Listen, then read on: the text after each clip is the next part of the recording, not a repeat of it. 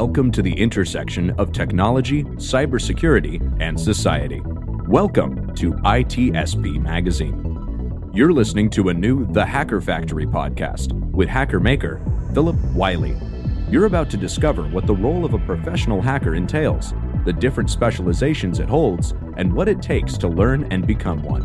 Enjoy the conversation as Phillip and guests unveil the secrets of professional hacking, a mysterious, intriguing, and often misunderstood occupation.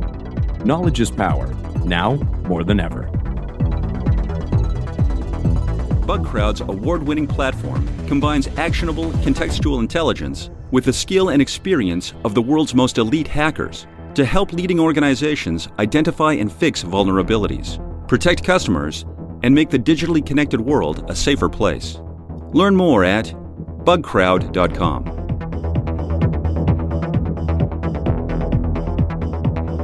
Hello and welcome to another episode of The Hacker Factory. I'm your host, Phillip Wylie, the Hacker Maker. In each episode, I have a unique guest sharing their story and advice on getting started in the cybersecurity industry. And today I'm really excited to introduce my friend Peter. We met at a security conference years ago, and we recently saw each other again for the first time in probably almost 2 years at Texas Cyber Summit. And he was sharing his story with me there, and I thought, man, this would be a great story for my listeners. So welcome to the show, Peter. Hey, Phillip, thank you so much for having me. Really excited to be here. Thank you. Well, it's great to have you. It's always great to see people succeed. I mean, this is an industry that with a lot of opportunity, but it's not always real easy to get into. And and when people share stories of how they get in, that kind of gives other people hope. So why don't you introduce yourself for our listeners and kind of tell us a little bit about you? Yeah, definitely. So my name is Petar Lachkov, and you see the middle initial there is R, so that's Rumenov. So Petar Rumenov Lachkov, and I was born in Bulgaria, and I lived in Bulgaria for about 12 years, I want to say, and I moved to Texas from Bulgaria in 2002, and I've been here for 18 years. I didn't know any English when I first moved here, and I've always been kind of on the computer ever since I was a little kid, using dial-up, and always been fascinated with technology things, always like taking apart old telephones and put them together. And so in that aspect, I've always kind of enjoyed technology. And right now I work as a threat intelligence analyst for a startup out of California. It's called Inspective, and it's a bug bounty platform that we're growing, and it's an amazing opportunity, and I'm very grateful to be able to be here and to share a little bit about how I've gotten to where I am today. Oh, very cool.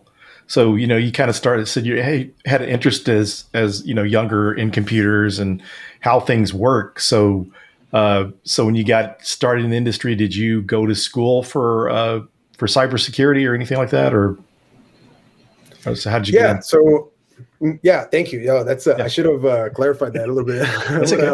Yeah, that's okay. So I was on a, I guess you could say, still party mode, maybe, I want to say 6 years ago, right? And I got this idea to, stop partying and just, and try to do something with my life. And I ended up going to San Antonio College, and I joined the program there as a community college, and I ended up getting my associate's degree from there in information assurance and cybersecurity.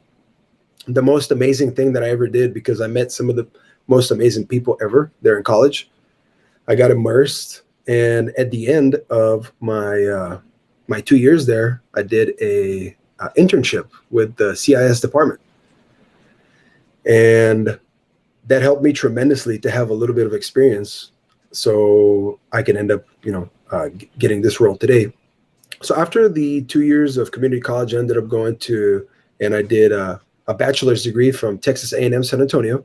I did a bachelor's degree in the same field, and I ended up getting that. And I can say for sure, it's been very, very beneficial. I ended up getting a number of certifications along the way, and I ended up attending conferences. So I found out about Texas Cyber Summit from somebody at San Antonio College that told me about it. And I met the organizer, Joseph, and then I ended up, going to these amazing conferences where I've met so many inspirational people that started from nothing and ended up, so successful and are so willing to help other people. Yeah, it's very cool. And one of the things I really love about San Antonio, this seems like there's a lot of opportunity for cybersecurity there, a lot of good resources and people to connect with. So that's really pretty cool. And I really wasn't that familiar with that until I went to like the first Texas Cyber Summit I attended was in 2018. So I really wasn't aware of the cybersecurity scene there, but it really makes sense. I guess you have like an Air Force base there. And so there's a lot of that influence there, as well as some great education resources. So that's pretty cool. Yeah, there's a lot of military in San Antonio. So there's a lot of, cybersecurity, especially is like it's just growing in San Antonio, especially. Yeah, that's very cool. And so threat intelligence, that's a pretty good up and coming area. One of the things that I'm glad you mentioned that and talk about it, because a lot of people that want to get into cybersecurity always think pen testing, they want to be a hacker. And yeah, that sounds like a fun job, and it is fun, but there's a lot of other stuff like threat intelligence, threat hunting, incident response, a lot of other areas that are a lot of fun and there's a lot of opportunities. And I'd say in some of those cases, there's probably more opportunities outside of just pen testing. So, and threat intelligence is one of the things really, really starting to catch on a lot. Yeah, right. And so for me, the first thing that came to mind when you said that was I remember asking my college professor was asking me, or I was asking after class one day. I walked up to him when I was pursuing my bachelor's degree, and he was working for the military, contractor for the military in cybersecurity, and I asked him, hey. I don't really have a lot of experience other than my internship at San Antonio College. You think I could get a job as a security analyst or a penetration right away? And I told him I probably couldn't, right? I'd probably have to do some kind of, like customer support, kind of supporting technician support job first. And he said, no, you really don't. I'm telling you, man, if you go for it, I think that you can definitely make it with your drive and just with what you've told me now is you should definitely shoot for that role right off the bat. And just and actually I followed his advice and it ended up coming true. That's good. Amazing. And that's good that you had a teacher like that was supportive and gave you the right advice, because there's so many people nowadays, and I run into this a lot. Someone asked me, do I need to work on the help desk first? Do I have to work in a SOC first? Do I have to do all these other jobs? Do I have to be a sysadmin if I want to be a pen tester? Those skills are helpful, but it doesn't mean you have to have a job in that area. And there's so much, and a lot of things changed over the years too. You get advice from older people that, like myself, I didn't start out in security because when I got into, working in the industry, I was a sysadmin and there weren't a lot of security roles at the time, and something I really didn't hear about starting off. So, a lot of cases people base their advice on their experience, and they tell people, yeah, you have to do desktop support or help desk or all this stuff before you ever think about security. So that was great that you had someone that gave you good advice and didn't really slow down, your passion and desire to get into cybersecurity. Yeah, I'm very grateful for him. Made a big difference in my life. Oh, that's good. That's good. A lot of times, just having someone, sometimes professors in the industry don't always have the professional background, and sometimes they just kind of have to base their experience off of what they've read in books or what they've heard, and not to say all professors are like that. Yours was an example of someone that had experience in the industry and could give you good advice. So that's great that you had someone like that. And so what other influences did you have that kind of, or really kind of, how did you end up in threat hunting? Was that your first choice, or what was your plans originally? Yeah, so that's a good question. So, okay, the second thing that came to mind now is I remember my first class in college, literally my first class was we're doing some COBOL programming, and I remember, halfway through the class, or maybe the second class, I looked up over at my schoolmate next to me, and he's on a website and that I've never seen before, right? And it's called LinkedIn. And I looked over at him and I was like, what are you doing what is this? And he was like, oh, this is this is a platform kind of like Facebook, but for professionals, where everybody kind of is there to help each other. And I said, oh, wow. Like, well, I love the sound of that. Everybody's there to help each other. And it's a social network. Fantastic. So that was the one of the, he was like, hey, you should create a LinkedIn profile. And so I created a LinkedIn profile and started following his advice a little bit and just adding to it a little bit at a time. And it was a really, really good, fantastic advice, because I connected with the people who now I'm employed by. And I ended up finding out about so many like security conferences, free certifications, discounted certifications.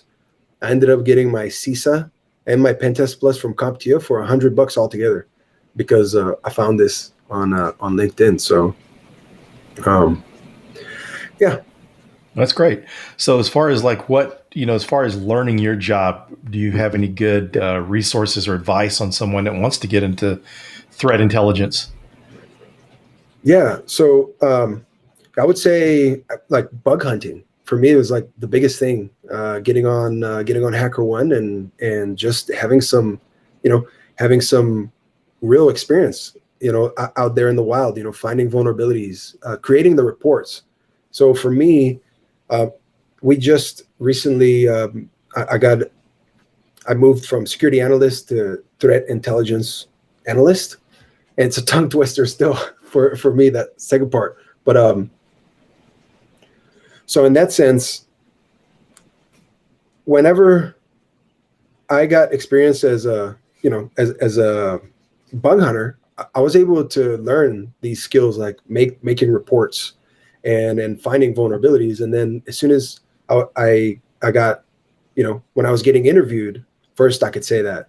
And then when I started doing the job, it really came in, because I write reports now. I find vulnerabilities and I write reports, a lot more than that, but I'm able to do that now with and I have practice, and I can make legible reports, and that's that other people can read, and they don't have to struggle with reading. They can look at it and go, okay, this is the vulnerability, this is the impact, these are the references, and these are the attachments. So it's very, very easy to decipher. So for me, the biggest thing was actually getting real world experience through finding vulnerabilities on HackerOne, on BugCrowd, on Integrity, and Inspective, of course, our platform now.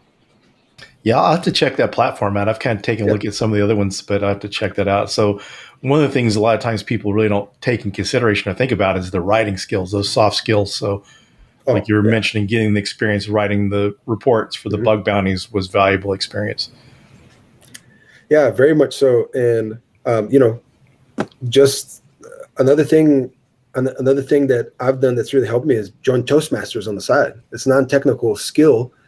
And I go to Toastmasters once a week, where I present to other people. And most of all, I learn how to listen, because I'm not the best at listening, I've realized. Yeah. And so it helps me to just be a good listener and a good communicator, which is probably just the most important thing for me, even in this technical industry.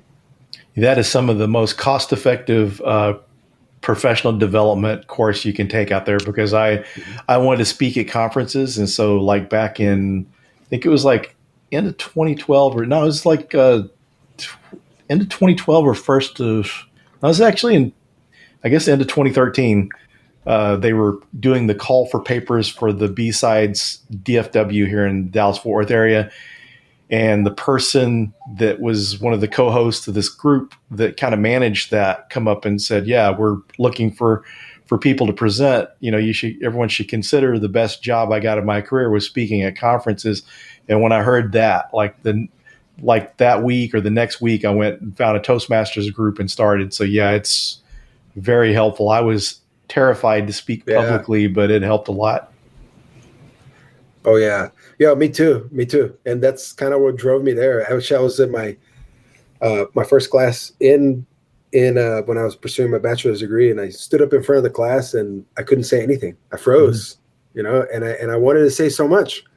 I wanted to, so that day I went, next week, and I joined Toastmasters. So completely agree with you. It's made a big difference. Yeah, that's great. And one of the things for anyone listening, you definitely want to check it out, because you may think I've had a speech class in college, but I had a speech class in college, and it was really more of writing speeches than really being critiqued on the way you speak. Mm-hmm. And so, Toastmasters, since you've got someone critiquing your presentations, as well as the impromptu speaking when people are, buzzing you or whatever, when you say ums and different filler words, and it helps. It really makes you stick. And one of the things too, I bet you probably noticed too, since going through Toastmasters, you really pay a lot more attention to other people speaking and stuff. Mm-hmm. Oh yeah. Yeah, definitely. And another added benefit. Yeah, you definitely do. And another added benefit was just, giving people feedback, supportive feedback. A lot of the times it's so hard when you try to give feedback to somebody. You have to be tactical, right? Start with the goods, focus on what they can improve, and so on. And so you're strategically, saying what you want to say. And so in that sense, it also helps you to listen and to provide valuable feedback to others who can use it to better processes and everything. Yeah, it's a very, very good point there, because and one of the things that the scene really helped me with Toastmasters is, and I don't know if you experienced this too, but I was terrified to speak. And then we used to videotape our talks. And when I gave a presentation and I realized I didn't look scared, because people would tell me I'm really nervous. Well, I couldn't tell you were, and you really didn't know that until you saw yourself in video. You thought it's not so bad. So once I realized that people didn't see that I was terrified, that it made it easier to speak. I don't know if you experienced the same thing or not.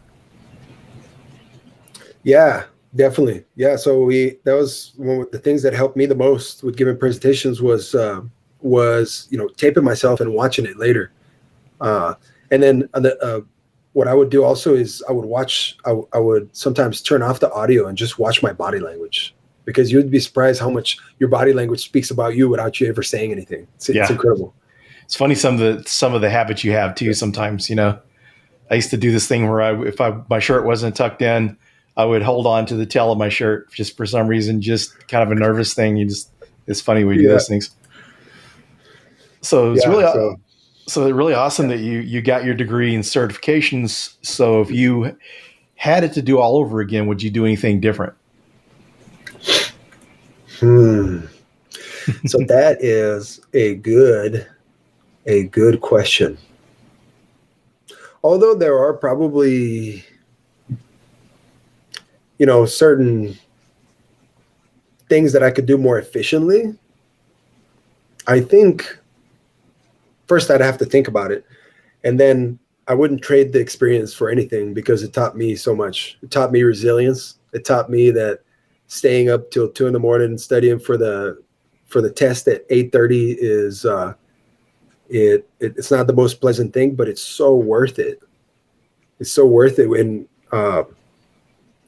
So I don't think that I would necessarily change anything about it, but I would probably get more strategic certifications, and I would probably make even more connections, attend even more conferences, just get involved more. Mm-hmm. And I was already involved, but I would just say more. That's good. One of the things that I don't like to see people get discouraged, because, there's people that get into the industry without a degree, or maybe even without certifications. But I really hate that it gets downplayed sometimes, because, there's some benefits to a college education. So, if you didn't have the connections, the people to talk to, the resources to use, then how do you know you don't have a direction? So it's up to you to figure everything out on your own. And you can, but sometimes you don't know if you're going down the wrong path. You could find some online course on YouTube or Udemy, and it may not be good, and you really don't know that.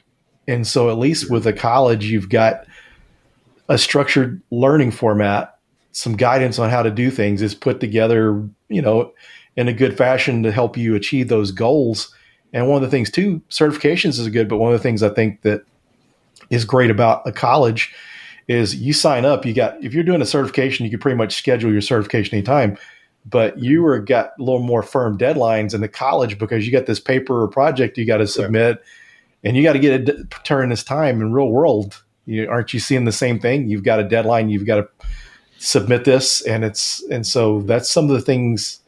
There's not as much flexibility there, and I think it kind of prepares you for the real world. Yeah, I definitely. Yeah, but it's time management. Having to juggle many things at once, which we're often have to do in this industry. Several projects or whatever, and so I see the people. I see so many people that are getting in the industry without a college education and certifications, and I'm all for that.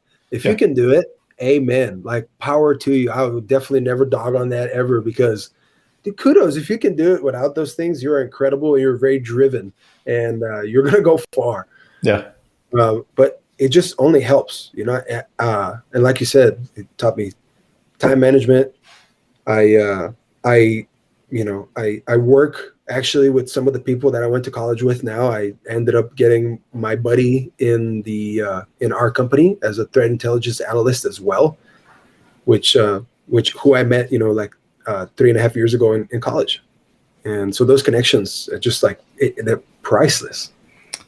And the good thing with those good relationships like that, it's a lifetime, because, just kind of one of the things I can reflect on my career. I've got a really good friend of mine that I met back in my CAD drafting days back in 95.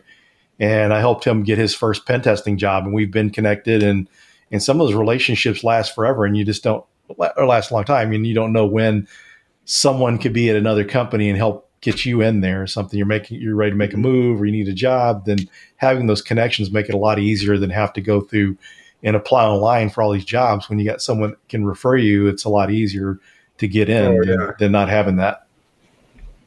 Yeah, exactly. And if my friend would have applied for this job through just a regular means, just sending us an email, then there's thousands of however many hundreds of applications to go through. But whenever I was able to tell my manager, hey, this is my friend from college. I've done security conferences with him. We've actually done pen testing at my house, and he's a guy I can vouch for. He's really smart, and he's going to do great here, in my opinion. And so right away, set him up with an interview in 2 days and get him in, within a month, which is incredible to me that I have him, and he's so talented now, and he's helping grow the company, and we're taking off. It's awesome.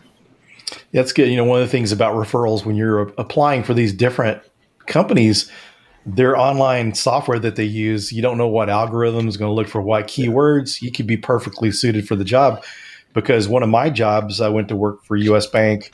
And prior to that, probably about a year before that, I applied for a job at Bank of America, and perfectly qualified, had the certifications, everything they're looking for, the experience. Didn't hear from them until about a year later. And I'd went the normal way of applying. If I'd had a reference, then someone could have got my resume to the hiring manager, because, these hiring managers and HR have to sort through all these resumes and online applications.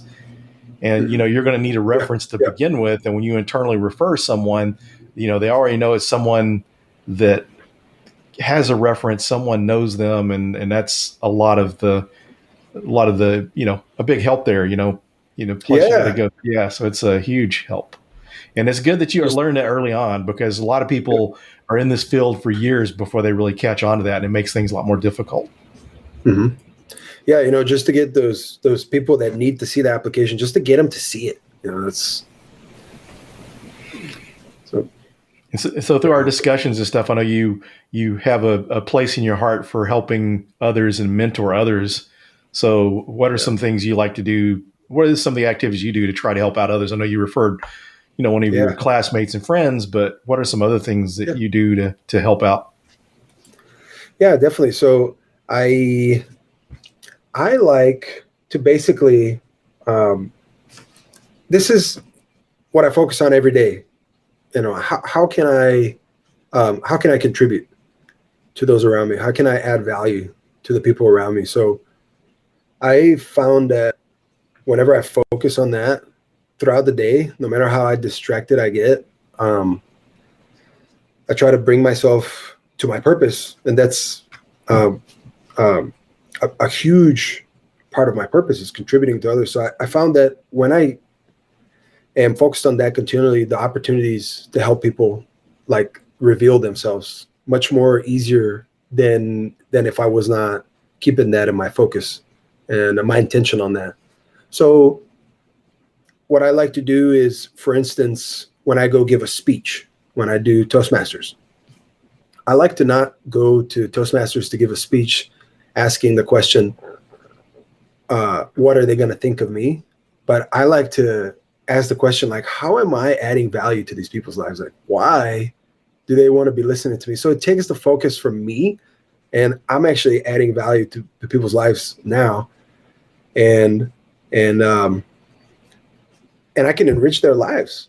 I can help them become better listeners and better speakers by observing me speak. And when I focus on that, my message becomes much deeper.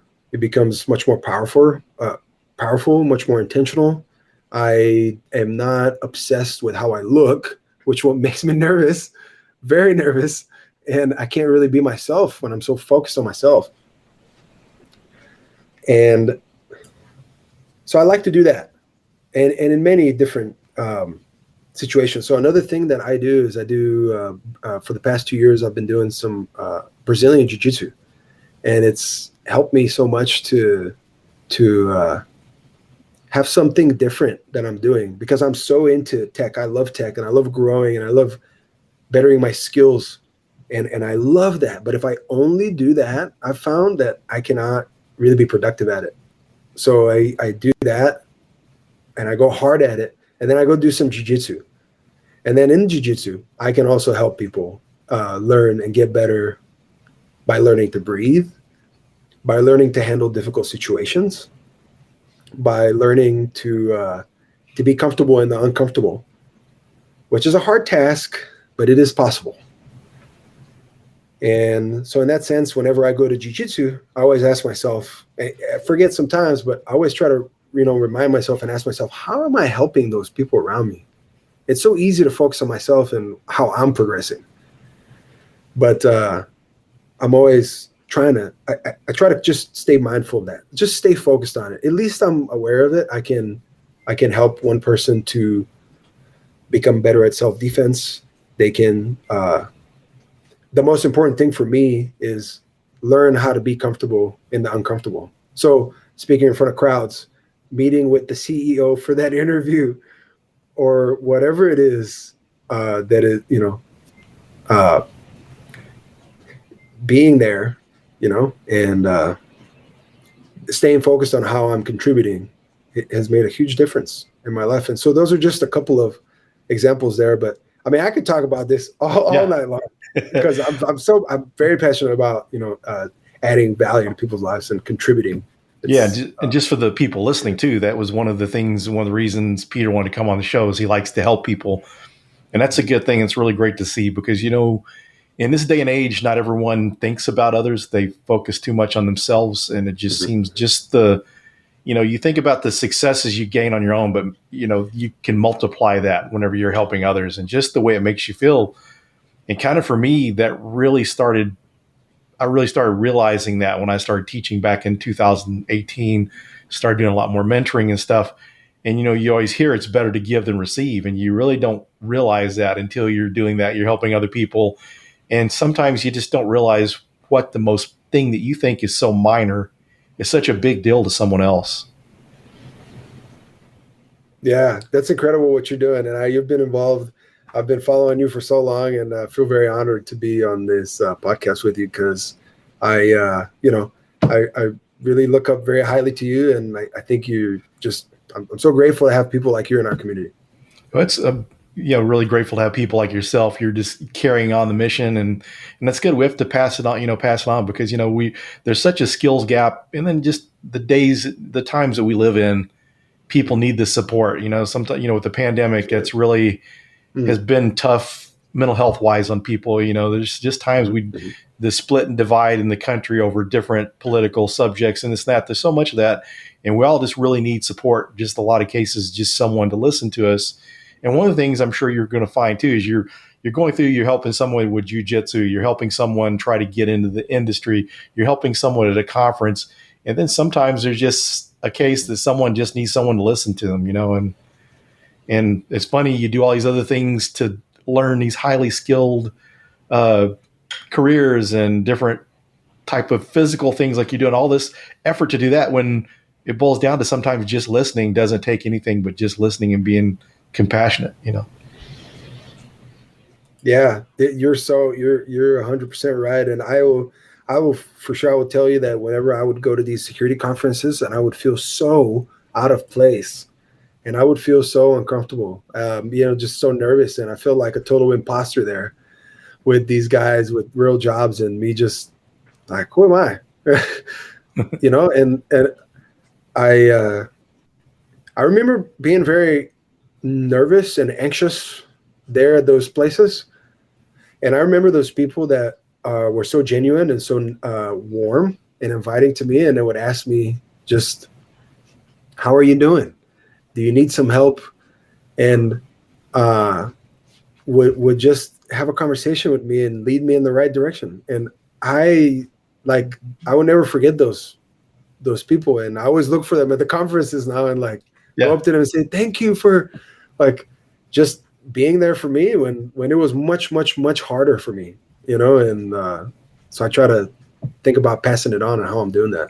And that's one of the good things about the culture of conferences and stuff, because at first you may just feel like an outsider, but once you get to know people, it's like you found your people, It's like all this stuff through life from high school and stuff, that there's a certain group I fit in with or whatever, but once all of a sudden you find the community, it's like you kind of find your people and just kind of where you fit at in the world.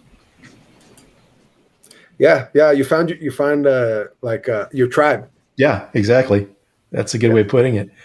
So we're getting down towards the end of the show, and I'd like to give you the opportunity to share something maybe you didn't discuss during our conversation, or any kind of shout outs that you'd like to give. Mm-hmm. Well, I would like for anybody listening to first check out Inspective. We have an awesome platform, I have to say. We're 4 years old. We're always hiring. We are growing. We're based out of El Segundo, California, and we are a awesome security solution for fast-growing companies. So we're basically a turnkey solution where you just turn the key and then you see results. And what we do is, contrary to other bug bounty platforms, what we do is we take the researcher interaction out of it. So we like to, instead of you going through the researcher, we interact with the researcher for you. And so in that sense, it just makes things so much easier. So the company doesn't have to figure out triage reports. It's company to company, and you get real reports. So anyway, just a little bit about who I work for. We're an amazing company. I'm very grateful to work for Inspective. And I would just say, I never thought that I would have such an amazing opportunity come to basically just present itself to me. But I would say that all of those times where I was, staying up studying, and all of those times where I was stepping out of the comfort zone to go to security conferences, because I knew that I would be uncomfortable there, but I would make myself go anyway. And then I would actually connect with somebody there, and it would be all worthwhile. I would relax a little bit. I would make connections, and that helped me out super tremendously. And another thing that really helped me out personally is not trying to necessarily, like make for instance, like my LinkedIn profile. I would always look at everybody's LinkedIn profile and try to learn a few things from their profiles. But what I found that worked for me is customizing mine to stand out, and to really show the companies that are looking at it and other people that are looking at it is that I'm there to not only what I can get out of this, but I literally my purpose there is to contribute and to grow and to thrive in in challenging situations. And I do. And I love that I was able to put that there because I personally feel that had a huge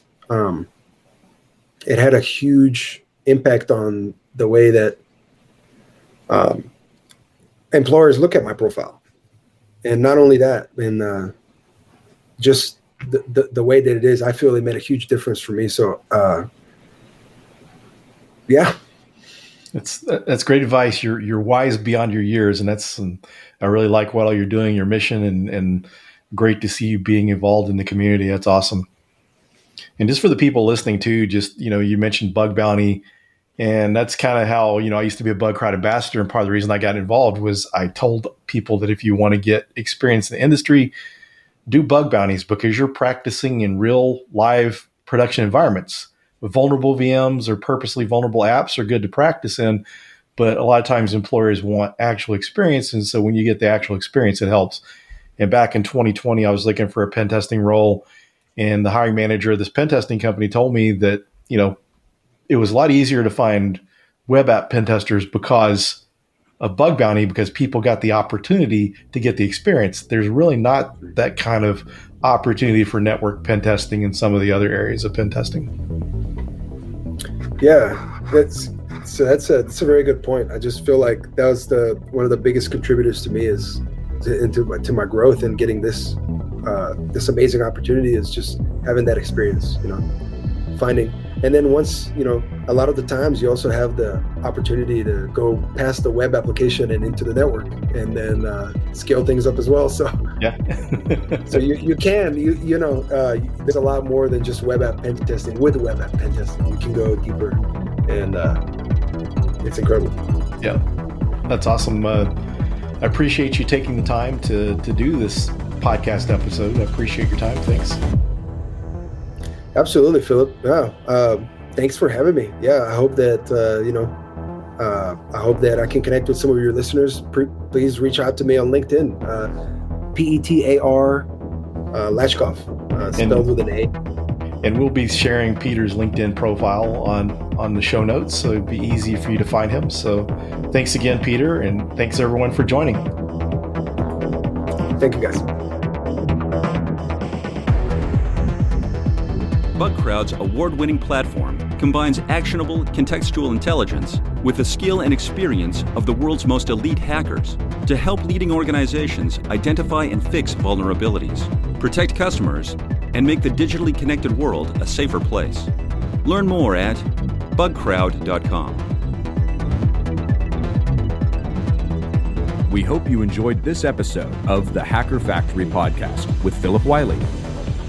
If you learned something new and this podcast made you think, then share itspmagazine.com with your friends, family, and colleagues. If you represent a company and wish to associate your brand with our conversations, sponsor one or more of our podcast channels. We hope you will come back for more stories and follow us on our journey. You can always find us at the intersection of technology, cybersecurity, and society.